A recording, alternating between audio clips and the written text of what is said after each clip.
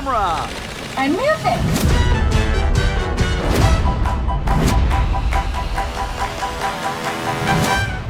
Hi to all who are watching this. This is a film music and audiovisual media analysis of Voodoo Mama Dance Sequence from the movie Babylon, directed by Damien Chazelle.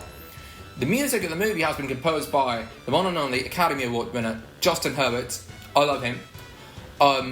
If you would like to watch the scene, you can buy or rent the movie on the digital, or you could also watch it on Paramount+.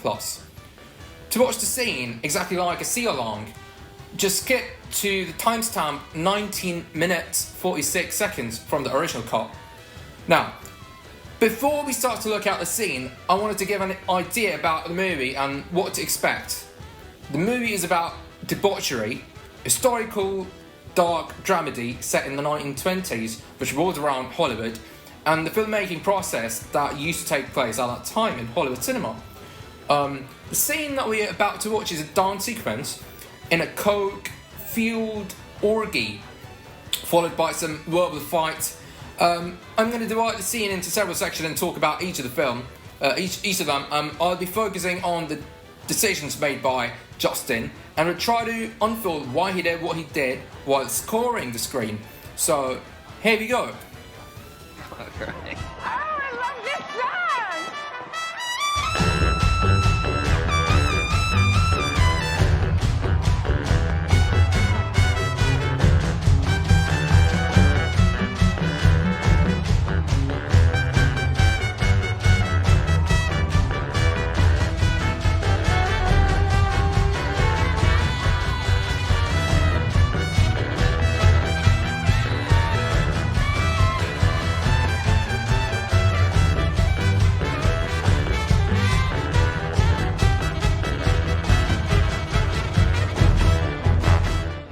The scene opens with a tracking shot with a straight-on camera angle transitioning from a long shot to a close-up shot.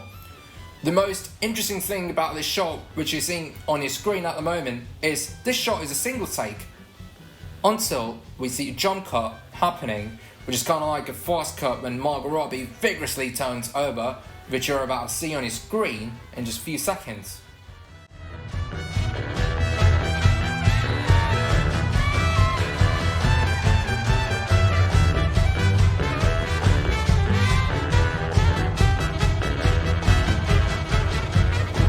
Now, here was your jump cut, and it's one of the most common type of edits that filmmakers use in their movie, and it's really, really hard to achieve it, as you could only see that audience wouldn't be able to, just notice it because it's so well done. But coming to the music side of this sequence, the music starts with a diegetic world due to the obvious reasons of the screen being a party sequence.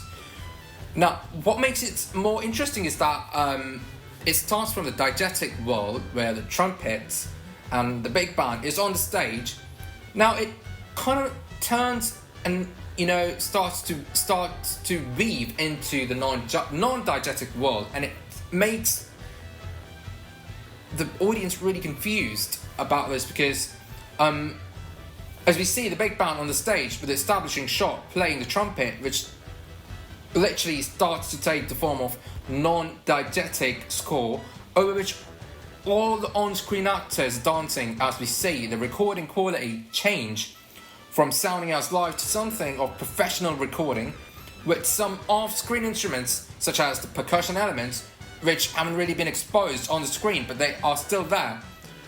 But we don't know what's the source of those elements, those percussion elements. Also, it's worth noticing that the volume of the live band does not decrease, but rather increases without speakers and mics, as this is set in the 1920s, so it's impossible to have that technology regardless of the camera distance from the band, which is somewhat now is off screen, and this suggests how the live diegetic music has weaved into the non-diegetic world and has taken the form of the score. There is a really good article about this by LA Times, which I'm gonna put up on the screen, and this is a really good article to refer about whatever I'm trying to say at this point. So here is the article. My favourite part in this sequence is the part where Margot Robbie starts playing with her hair to create that seducing tone of the audience, and how the composer Justin Hurwitz took the moment of the symbolism and used the most obvious timbre, which has the most seductive tone in the orchestral and the wind family, and that is obviously the saxophone.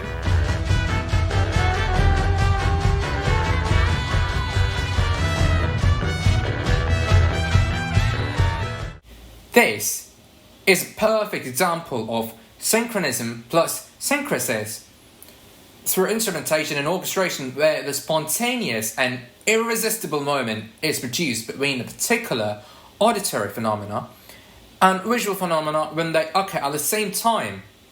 And that's what we exactly experienced.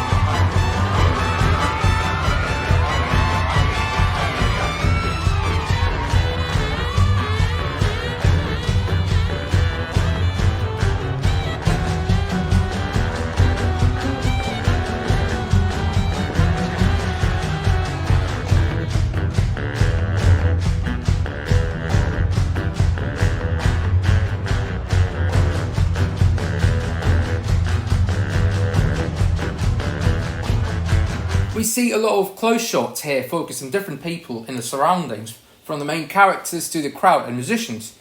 It's obvious to have a camera work with a lot of close shots, as we are in a crowded place with less room, and the centre of attraction here is obviously Margot Robbie and her dance, so we want to make sure that she remains the main subject of focus.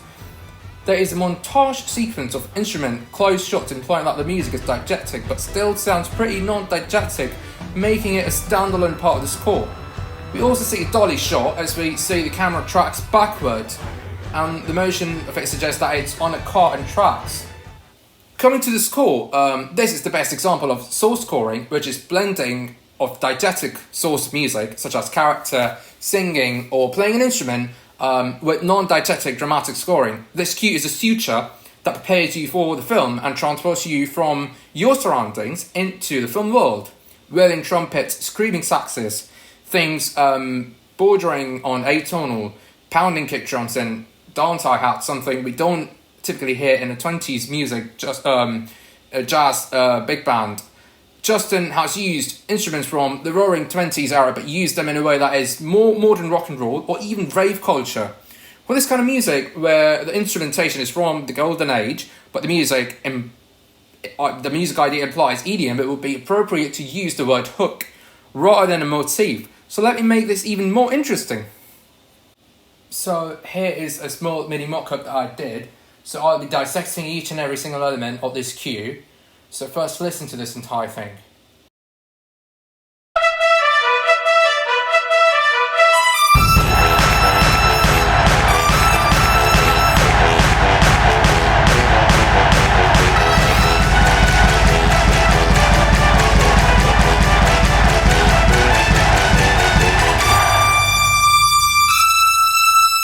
So that was a rough MIDI mock-up that I did with some amazing samples. Here we have this pounding pulse that is the main element of this cue that almost makes us, sweat, because that is what is intended to almost makes us want to dance. So if I just solo these sections, we will get this.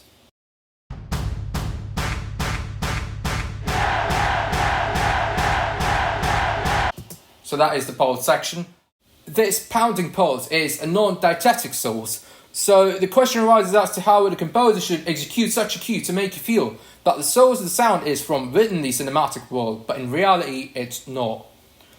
That's where the composer Justin Hurwitz played it really smartly by making the pounding pulse by recording boot stomps on a wooden box and layering it with some other percussion elements such as claps and ideophones to make the audience believe that the source of the sound, or that pounding pulse, is the crowd itself. The people who are tapping their feet on the floor.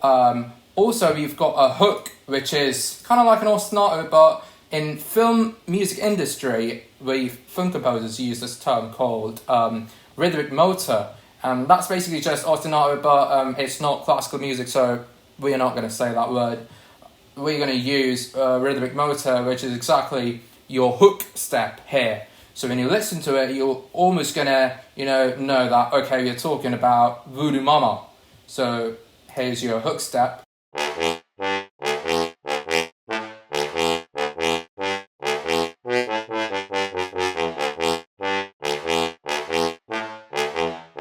Yeah.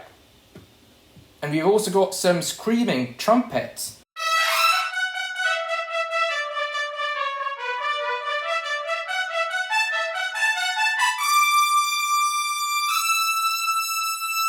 So all of these elements, when combined together, makes you almost want to dance.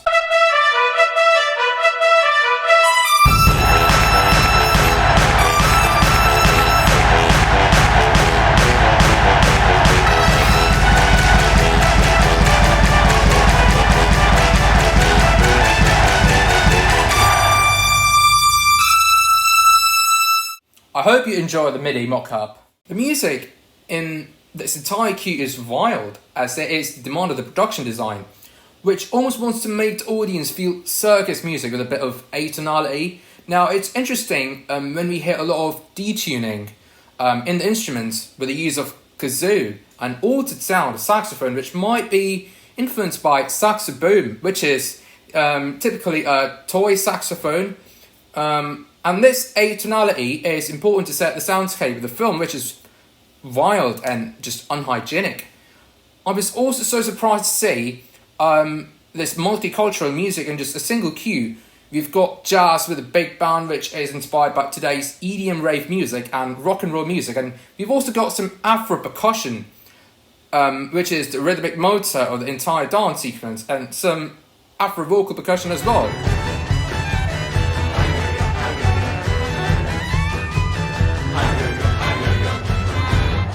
Talking about Afro vocals, neutral sound has been imposed here in the score in the form of singers who are singing in crowd, and it's worth noticing that when the camera moves real close to their faces, we see an increase in volume of the singing part of the sequence. I'm going to put some really cool articles to refer about the instrumentation and the way music Justin Hurwitz has used in this sequence. For you. We got a serious fucking situation. There's no exit except down the main staircase. Nothing in the back? No. You gotta go through the ballroom. Everyone will see her. Is there a doctor? No. They're all high down there. Maybe they won't care. If we take her out now, Somebody there's a will hospital care. She's a fucking kid and she looks like she's dead.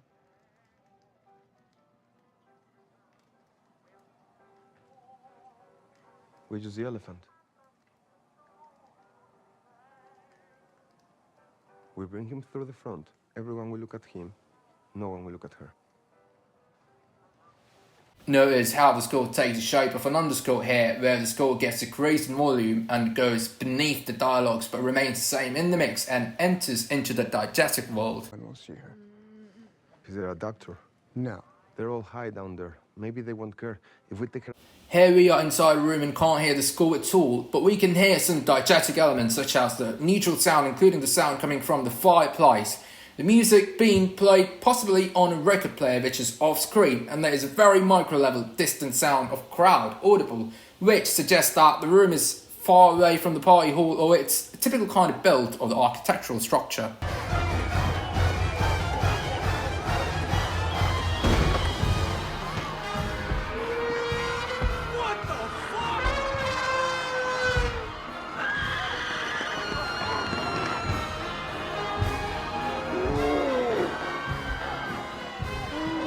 This scene starts with a tension-building cue where the trumpets are rising in pitch and mimicking the elephant sound to prepare the audience for what's coming ahead before it appears on the screen, and we finally see the elephant, which is the surprising element for the crowd in the movie, Thus, the requirement for building tension before its entry is highly justified.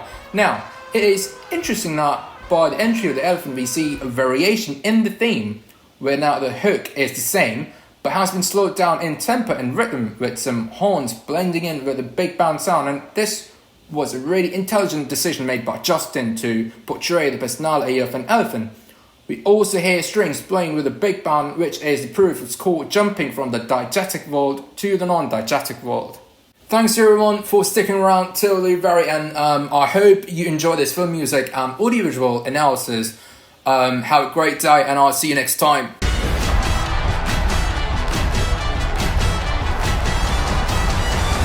Listen up! Who wants to see me fight a snake?